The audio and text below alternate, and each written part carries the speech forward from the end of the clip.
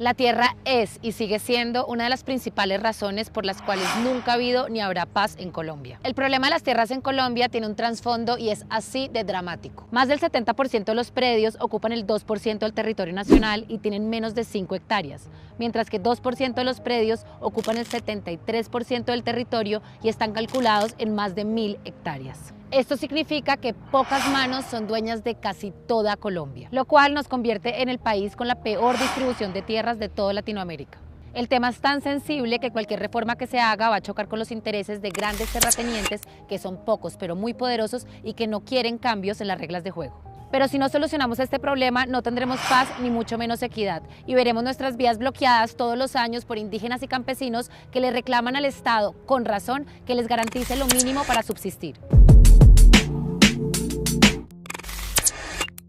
Para nadie es un secreto que la tierra en Colombia está muy mal distribuida. Aunque tenemos algunas pistas, no sabemos a ciencia cierta a quién le pertenece. Ni siquiera el Estado sabe cuánta tierra tiene. Este problema es el que le pone freno al desarrollo social y económico del país. El catastro en nuestro país está desactualizado, tanto por la desidia de nuestros gobiernos como por las presiones de los latifundistas y las agremiaciones de empresarios que saben que actualizar el catastro significa pagar más impuestos. Según Naciones Unidas, Colombia es uno de los países con mayor vocación para convertirse en una de las despensas alimentarias del mundo. Pero este paso difícil, porque dedicamos para la agricultura menos del 20% de las tierras cultivables y el 80% restante está para pastos de ganadería. Del 20% de tierras cultivables, es decir, 8 millones de hectáreas, solamente 1.4 se destinan para el cultivo de alimentos para uso interno. Las tierras con vocación de uso para ganadería alcanzan los 15 millones, pero tenemos dedicadas a esta actividad más de 34 millones, es decir, más del doble. Por el contrario, le dedicamos a la agricultura tan solo 8 millones de hectáreas cuando podrían ser 22. ¿Pero quién es el gremio ganadero del país? Fedegan, cuyo presidente es el esposo de la congresista María Fernanda Cabal, que quiere cambiar la ley de restitución de tierras. Tal es la sobreutilización de la tierra en ganadería que cerca de 1 millón de campesinos tienen unidades agrícolas por menos de 1.6 hectáreas, la tierra en la que promedio vive una vaca en Colombia. Las vacas a sus anchas y los campesinos sin espacio para cultivar. Esto sin mencionar que la ganadería es una de las peores actividades para el medio ambiente. Como el catastro está desactualizado, no sabemos quiénes son los verdaderos dueños de la tierra en Colombia, pero hay cosas que sí sabemos, como por ejemplo que durante el conflicto armado fueron despojados y abandonados entre 8 y 10 millones de hectáreas de campesinos desplazados por la guerra que hoy luchan por recuperar sus predios. Restitución de tierras, cero metas, cero. O sea, de cara a un escenario como el que tenemos, de poder avanzar en los cero metas en el plan de desarrollo. Aparte del tema de restitución, la Contraloría en el 2012 comenzó una investigación para verificar si algunas personas estaban acumulando terrenos ilegalmente. Los baldíos son tierras de la nación que el gobierno puede usar para entregar a comunidades campesinas, indígenas y afros que no tienen tierra. Pero la ley prohíbe efectuar titulaciones de estos terrenos baldíos en favor de personas naturales o jurídicas que sean propietarias o poseedoras a cualquier título de otros predios rurales en el territorio nacional.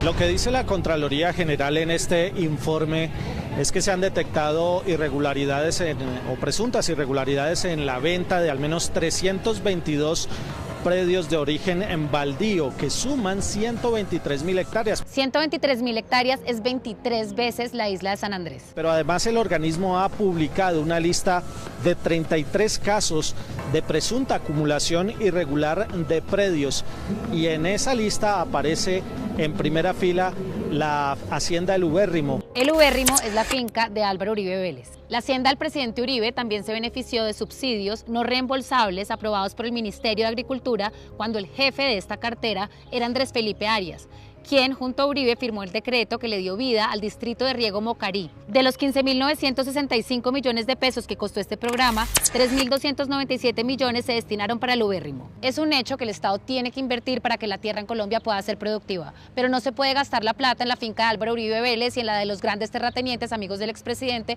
porque así nunca vamos a avanzar. Pero aparte de Uribe, en estas investigaciones también aparecen nombres conocidos, como por ejemplo el de Luis Carlos Sarmiento Angulo, que tiene una organización que acumula más de 22.000 hectáreas en el Meta. Recientemente también se supo que Gustavo Londoño, representante de la Cámara del Centro Democrático, se apoderó de forma aparentemente irregular de 6.633 hectáreas baldías del Bichada.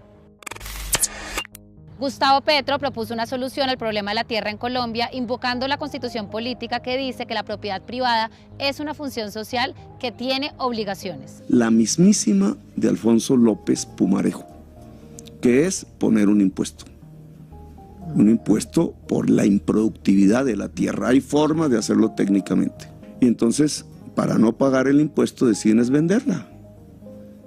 Ahí hay una opción de compra para el Estado. ¿Para qué la compraría el Estado?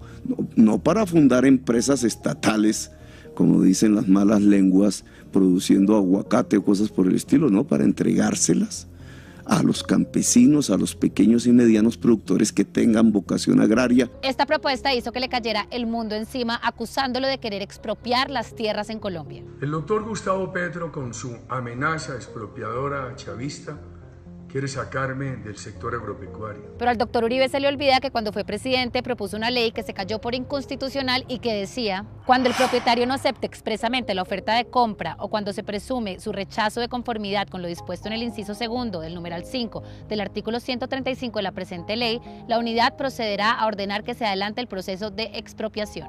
¿Uribe quería expropiar? ¿Uribe castrochavista?